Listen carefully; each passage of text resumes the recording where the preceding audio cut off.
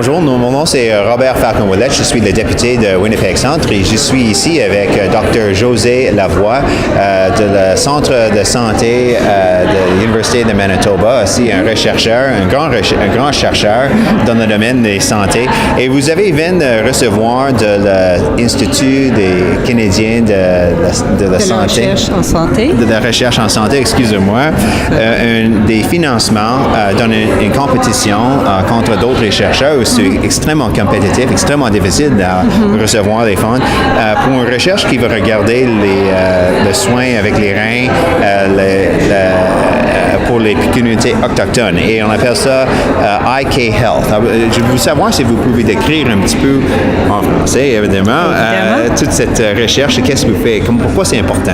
Alors, ça me fait très plaisir. On vient de recevoir une subvention de 1,7 million de dollars pour un travail qui va s'échelonner sur 5 ans en partenariat avec Nanandawe-Wigamik, qui est le département de santé et de services sociaux de l'Assemblée des chefs du Manitoba. Et puis, on va travailler aussi en partenariat avec le Manitoba Renal Program, alors le programme de santé des reins du Manitoba. Et puis, le but de ce programme de recherche est d'identifier pourquoi les Premières Nations se présentent encore au programme de santé rénale, ne sachant pas que leur rein était malade et puis ayant besoin de dialyse. Alors, tout se fait en urgence et on se demande, pourquoi est-ce que la prévention n'a pas eu de succès? Alors, est-ce que c'est que les Premières Nations n'ont pas accès aux soins de prévention ou est-ce que c'est tout simplement qu'ils n'ont pas accès, que les soins de prévention ne sont pas effectifs, ne sont pas efficaces? Alors, on va se pencher sur ces questions-là en partenariat, en discussion avec les Premières Nations, mais aussi avec des données probantes de systèmes de santé et pour essayer de développer un programme d'intervention en santé préventive, mais aussi probablement des modalités de traitement alternatifs à ceux qui existent présentement, de façon à amener les traitements plus près des communautés et plus près de ceux qui en ont besoin. Wow. Et je veux savoir, y a-t-il d'autres chercheurs qui font le même type de recherche de la même manière que vous ici au Canada?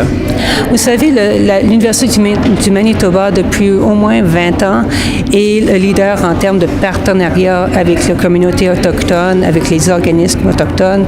Tous ceux que je lisais quand je faisais ma maîtrise au début des années 90, tous les chercheurs étaient de l'Université du Manitoba. Alors ici, ça a été un centre de leadership en termes de recherche en santé autochtone.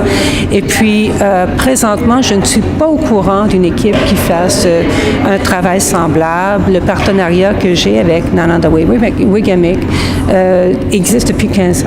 Alors, on travaille de très près ensemble depuis 15 ans. Ils assurent un leadership, ils assurent que les résultats de la santé, mais aussi que le processus de recherche soit adapté à leur contexte de façon à ce que les résultats soient applicables maintenant. Alors, je pense que c'est tout à fait unique au Canada et on en est très fiers.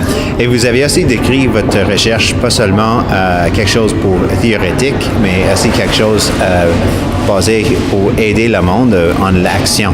Absolument, parce qu'on travaille de très près dans ce programme de recherche avec le Manitoba Renal Program qui donne les soins de dialyse à tous les gens à travers la province du Manitoba, dont les Premières Nations. Et on veut s'assurer que le travail qu'on fait va être applicable maintenant, le plus vite possible, pour aider le système à se transformer et à rencontrer les besoins des Premières Nations. Alors, un processus de transformation. Merci, c'est gentil.